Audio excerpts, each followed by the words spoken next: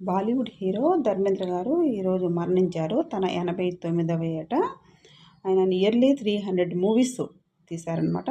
బాలీవుడ్‌లోనే అత్యధిక మూవీస్ లో నటించిన యాక్టర్‌గా కూడా పేరు పొందారు. అలాగే ఎక్కువ హిట్స్ అనమాట వాటిల్లో. అందుకని he man of the Bollywood అంటారనమాట. ఆయన 80స్‌లో, 70స్‌లో ఇయర్లీ 7-8 మూవీస్ తీసేవాళ్ళు. అవన్నీ కూడా హిట్సేనంట. సో అలా ఆయన బాలీవుడ్లో మంచి స్థానంలో ఉన్నారు.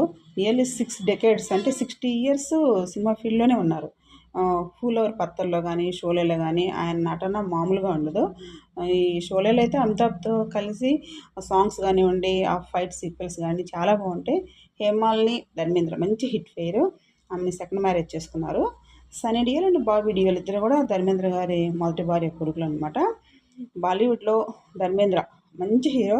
చాలా అందంగా ఉంటారు. హ్యాండ్సమ్, మంచి హైటు. ఆయన యాక్టింగ్ కూడా చాలా ఎలా ఉంటుందంటే చలాకీగా ఉంటుంది, షమీ కపూర్ లాగా. ఎందుకంటే మా చిన్నప్పుడు మేము డీడీ వన్‌లో సండే ఈవినింగు హిందీ మూవీ వేస్తారు. అప్పుడు చూసేవాళ్ళం అనమాట. నేను పెద్ద ఫ్యాన్‌ని ధర్మేంద్ర గారికి. చాలా బాగుంటాయి ఆయన మూవీస్. చాలా అందంగా ఉంటారు. సాంగ్స్ కూడా చాలా చాలా బాగుంటాయి. ఆ ఫైట్ సీక్వెన్స్ కానివ్వండి. మంచి హీరో ధర్మేంద్ర గారు. మనోజ్ కుమార్ లాగా చాలా మంచి హీరో. ఆయన ఈరోజు మరణించారు. ఆయన ఆత్మకి శాంతి కలగాలని మనస్ఫూర్తిగా కోరుకున్నాము. ఆయనకి 2012లో పద్మభూషణ్ ఇచ్చి సత్కరించింది సెంట్రల్ గవర్నమెంట్. అలాగే ఎంపీగా కూడా చేశారు బికనూర్ నుండి, రాజస్థాన్లోని బికనూర్ కాన్స్టిట్యున్సీ నుండి. 2009లో గెలిచారనమాట బీజేపీ నుండి. అలాగే Filmfare award, life time achievement awards అవి కూడా వచ్చాయన్నమాట.